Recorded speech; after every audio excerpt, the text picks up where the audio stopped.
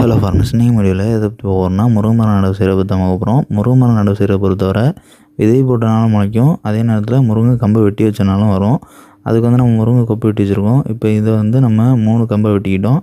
அதாவது நீங்கள் ஃபஸ்ட்டு பார்த்த 2 முருங்கை கொப்பையுமே ஒரு கம்புக்கு 3 விகிதம் 6 கம்பு வெட்டிக்கிட்டோம். அண்ட் இதில் வந்து ஒரு கம்பை எப்படி வெட்டுறது அப்படிங்கிற டெமோ தான் இது. இது வந்து 3ல் ஒரு கம்பு.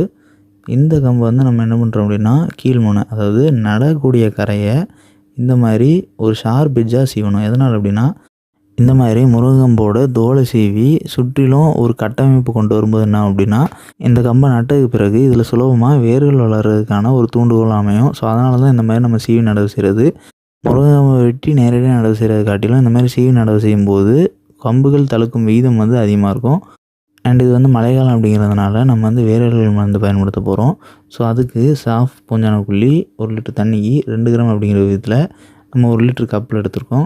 இந்த மாதிரி 1 லிட்டர் கப்பில் தான் எடுக்கணுங்கிற அவசியம் கிடையாது. அதிகமான கம்புகள் நீங்கள் நடுற பட்சத்தில் பெரிய அளவிலான கண்டெய்னர்ஸ் எதுவும் எடுத்துகிட்டு அதில் வந்து எத்தனை லிட்டர் தண்ணி இருக்கோ அத்தனை லிட்டருக்கு இந்த பூஞ்சான புள்ளியை கலந்துக்கணும். அண்ட் அதுக்கு பிறகு நம்ம வெட்டியிருக்கக்கூடிய முருங்கக்கட்டைகளை இதில் வச்சு 5 நிமிஷம் ஊற வைக்கணும். 5 நிமிஷம் ஊறிய பிறகு நம்ம எடுத்து நடவு செய்ய வேண்டியது தான்.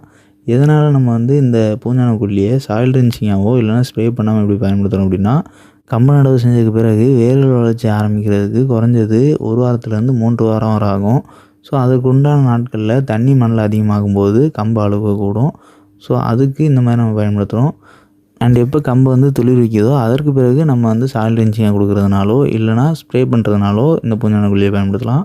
அப்படி இல்லைங்கிற பட்சத்தில் வெயில் காலத்துலேயோ மழை காலத்துலேயோ இந்த மாதிரி சாவு பூஞ்சான கொல்லி சொல்யூஷனில் கம்புகளை 5 நிமிடம் ஊற வைத்து நடவு செய்யும்போது கம்புகள் அழுகிறத நம்மளால் தவிர்க்க முடியும்.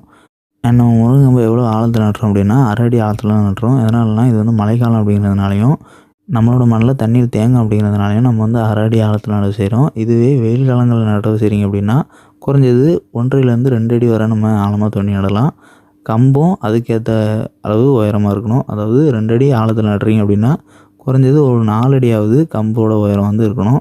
நம்ம நடவு செஞ்சுருக்க முருங்கம்பு வந்து மேக்ஸிமம் 2 அடி தான் இருக்கும்.